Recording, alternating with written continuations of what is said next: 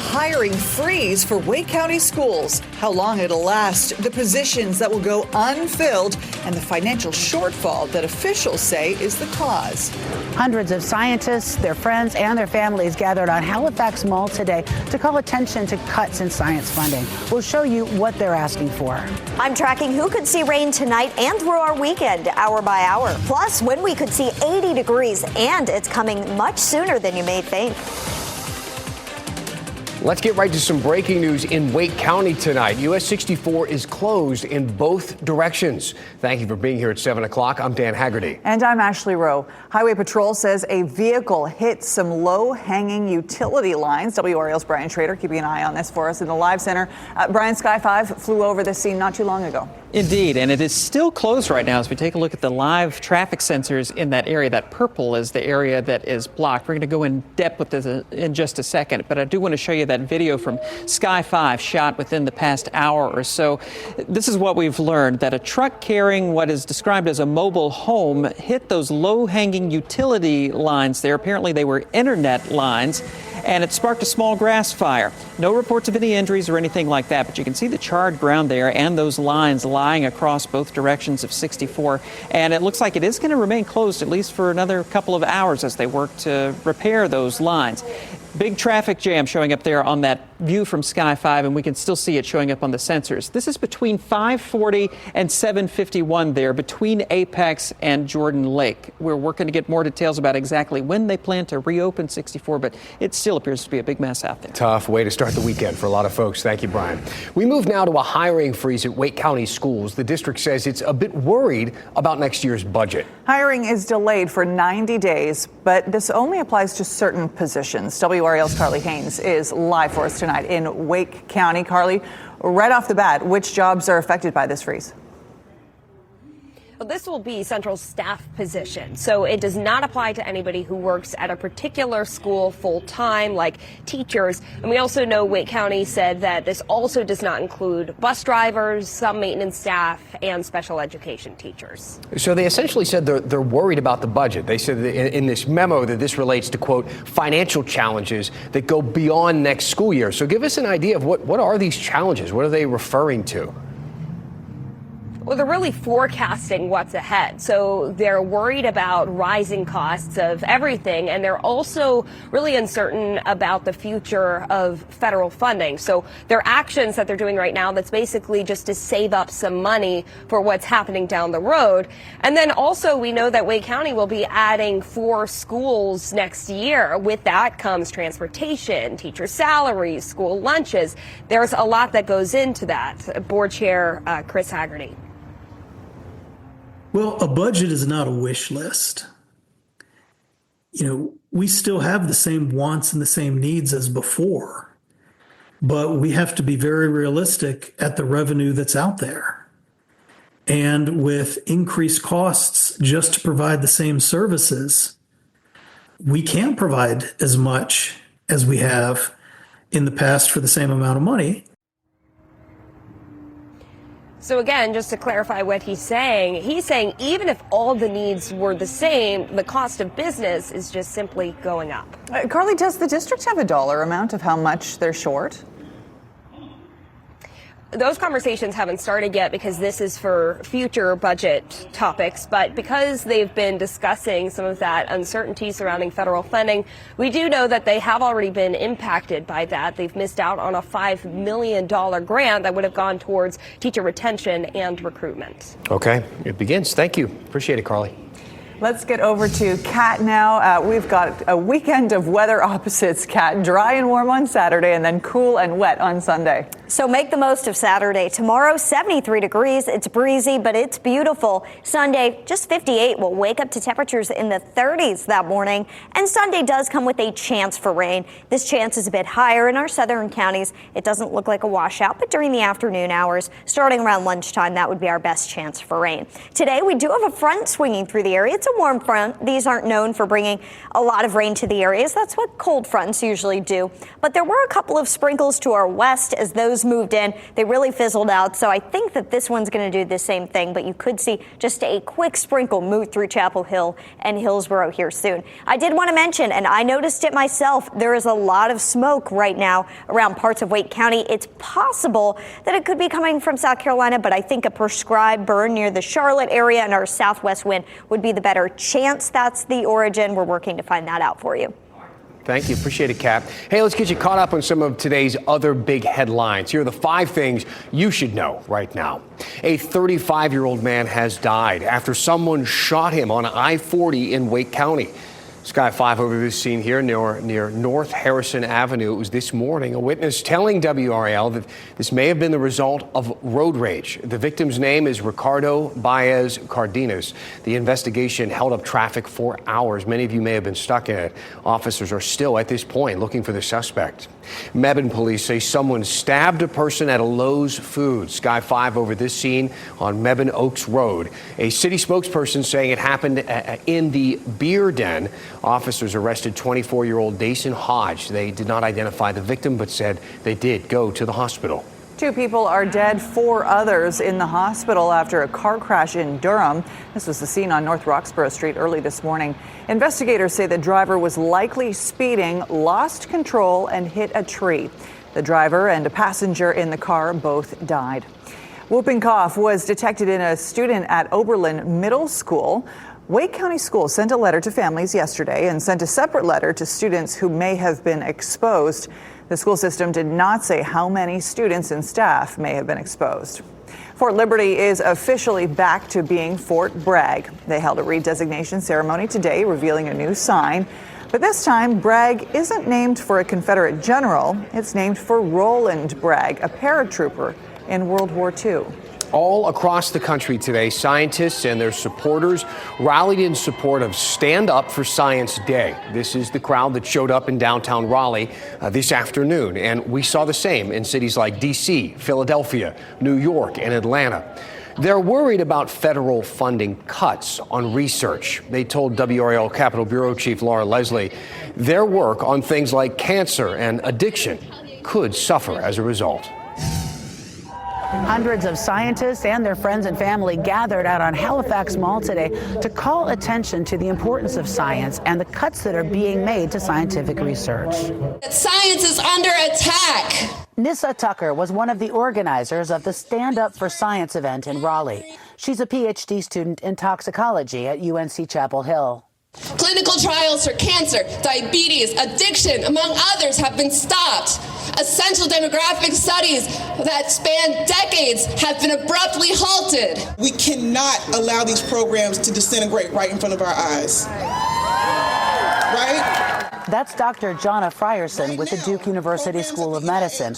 She says the past month has been an emotional roller coaster after the Trump administration cut thousands of science jobs at more than a dozen federal agencies. Don't sit in the helplessness and discouragement that I know that we've all felt. We have to use our individual power for the future of our scientific community. It's not just funding cuts that have scientists feeling like they're under attack, says researcher Noelle Muzzy. There's been a lot of executive orders coming out that have been limiting what type of scientific information people can say, limiting what words you can use. Mike Cutlip has friends and family in the sciences. He says research has been central to the country's economic success, and public funding is critically important for that. And without those researchers being funded by the NIH, that whole next generation of scientists won't exist. Private industry does not train the scientists that work. It's the researchers at the universities that do that. We asked the White House for a comment on the rally. We received no response. Laura Leslie, WRAL News, Raleigh. Back here in the WRAL Live Center, we have confirmed that a landmark downtown Raleigh restaurant is closing. 42nd Street Oyster Bar downtown on Glenwood Avenue is set to close March 30th. This was first reported in the Triangle Business Journal, and we've confirmed it in the past 15 minutes. Apparently, the owner and the landlord were not able to come to an agreement, according to those reports. That restaurant has roots dating back to 1931 as a grocery store in that section of downtown Raleigh. The current iteration is 42nd Street has been open since 1987. All right. When it comes to DEI in corporate America, it's important to pay attention to the data. Take Walmart and Costco. They took different stances on DEI policy, but what does the data reveal about their workforce? Ahead of International Women's Day, the report that's shedding new light on what companies say and what companies do. After the break.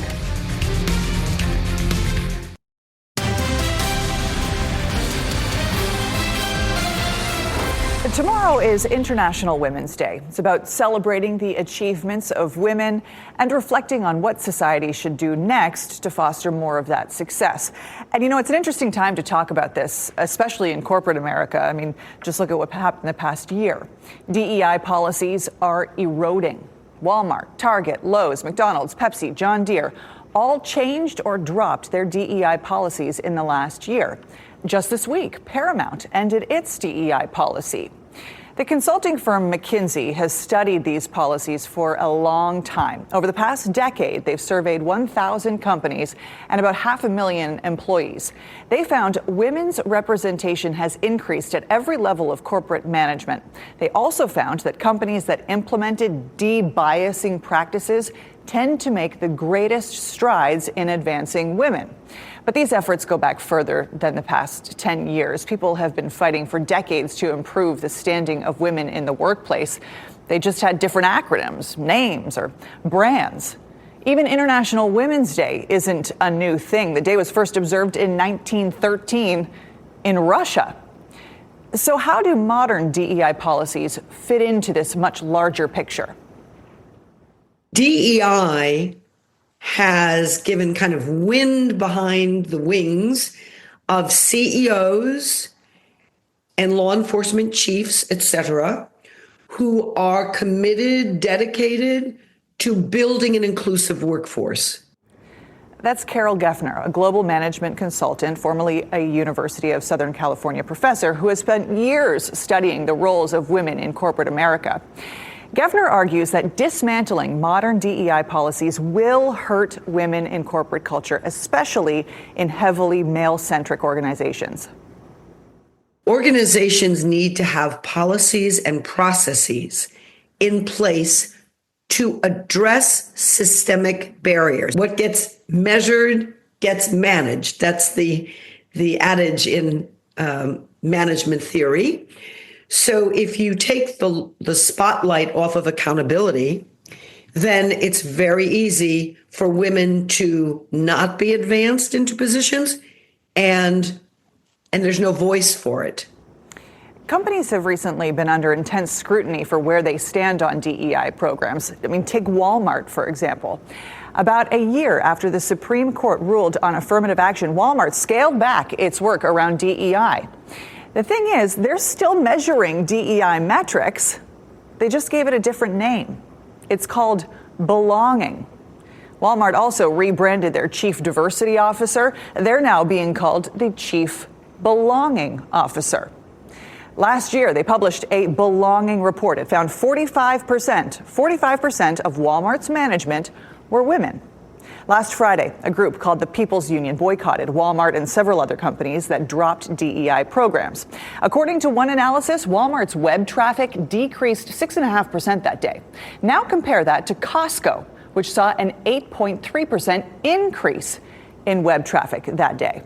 Costco has seen a lot of support, actually, after shareholders rejected a proposal to analyze the risk of their DEI programs. They said, no, we want to keep those programs. But let's look beyond the discussion and actually dig into the data. At Costco, women made up 37% of the management last year. At Walmart, the number was 45%. What you see on your screen should actually be flipped. So Walmart had 45%, Costco had 37%. Despite dropping DEI, Walmart's percentage is higher than Costco's. And this wasn't a product of some intense investigative journalism that we did. You can find this data with a quick Google search. But just because women are in these management and leadership roles does not mean the challenge is over. Back to that McKinsey report. It found progress is surprisingly fragile, especially for women of color who continue to be underrepresented at every level and who view gender and race as obstacles to their advancement. The report says last year, for every 100 men promoted to manager, 81 women were promoted. And because of this broken rung in the corporate ladder, men significantly outnumber women at the manager level, making it incredibly difficult for companies to support sustained progress at more senior levels. So how do companies and women fill that gap? I asked Carol Geffner about that, too. Well, on an individual level, women need to continue learning some of the lessons that actually I teach and many of my peers teach. And that is, learning to speak up for yourself, learning that you don't have to wait to have every qualification before you apply for a job, that stretch roles are really critical. So if you want to grow and develop, take jobs that are just a tad beyond what you're already doing. As we look ahead to International Women's Day, there's plenty of progress to celebrate, and there's more work to be done as consumers, as organizations, as supporters of women, as women in the workplace. And when we measure where we are against how far we've come, we can better decide what we do next. Guys? Good piece, Ashley. Thank you so much. Some interesting stuff in there, always worth thinking about. So let's take a look at this forecast. Kat Campbell joining us now with delivering some pretty good news, I would say. Saturday, 70s. It looks great. 73 is our high tomorrow in Raleigh. 73 in Holly Springs and Gardner Cary, Morrisville 72, as well as Chapel Hill, and 71 in Durham. It's going to be a beautiful spring-like day. It is going to be awfully breezy tomorrow. It'd be a good day to maybe fly a kite outside with the family. We'll see winds gusting to about 25 miles per hour during the early afternoon hours, and we could see some intermittent gusts up to 30 miles per hour in our area. Very windy, but it's a warming southwest wind that helps temperatures really climb. It should be a good day to grill out tomorrow. 73 degrees at 3 o'clock. By 5 o'clock, 65, 58 at 7 o'clock. Just be careful with the winds tomorrow in your grill. But I think as long as you know what you're doing, you're going to be okay out there. It's really going to be nice out. 52 degrees in the Triangle at the moment. 50 degrees in Fayetteville. By this time next week, those cameras are still going to have some light in them. Don't forget, we spring forward this weekend. Dinner forecast, if you're headed out to dinner tonight, temperatures are in the low 50s. We're going to be right around the low 50s for the next few hours. And we are tracking a couple sprinkles. We saw a few of these move in earlier from the west. It's not very much. It is just sprinkles, and it's very quick moving through. But just a heads up, we could see a few more of those roll through. And tonight we'll leave in that small chance, especially in the northeastern part of our viewing area, a little bit closer to this warm front. Tomorrow, we've got a cold front on the way. We're not expecting any kind of widespread rain with it, but I do have a 20% chance of rain in the forecast tomorrow in case there's just enough moisture to squeeze out a shower. Very low chances, very low impact. The bulk of your day is going to be amazing outside. And then Sunday brings the better chance for rain. Some of us could still use some more rain, and the long range forecast does have above normal rainfall March 15th through the 21st in the east, and above normal temperatures for the spring lovers out there, below normal temperatures in the west. Just remember, our average last spring freeze is not until early April. April 1st through the 11th is that range. So keep that in mind before you get too excited for planting, or at least just make sure that you know what you're doing in terms of covering up your plants, because I do think we'll still have at least another frost or freeze this season.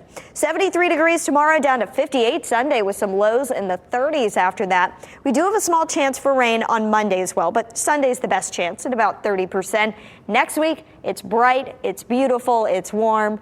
It's going to really feel like spring for an entire week. I like it. Thank you, Kat. So the Battle of the Blues heads to Chapel Hill this weekend. So we pulled a story about Tar Heels fans for this Friday. We're going to take you back to the year the Heels won a national title after the break. More than 7,000 people from across the state got to talk to a lawyer for free through WRAL's Lawyers on Call. If you didn't get a chance to take advantage of this free public service today, head to WRAL.com.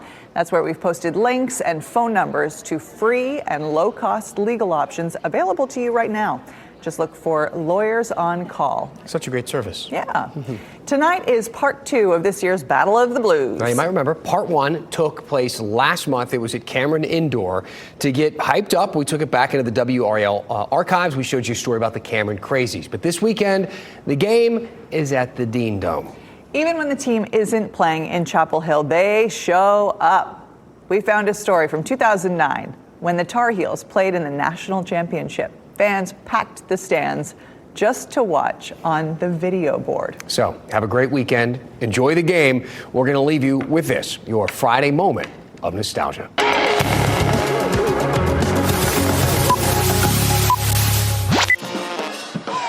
Fans packed the Dean Dome to cheer on their favorite team. Came all the way from New York, 8-hour drive through the night just for the Tar Heels. Let's go, Tar Heels.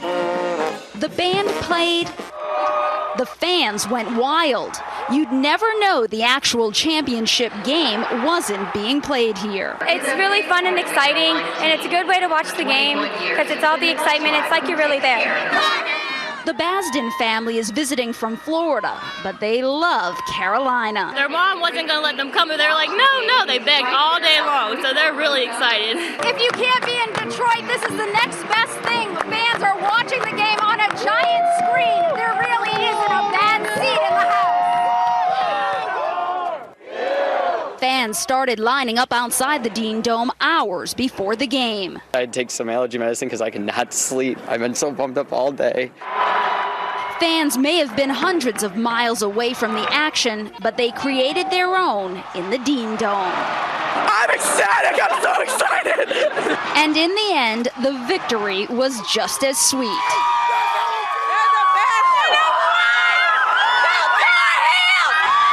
Sloan Heffernan, WRAL News, Chapel Hill.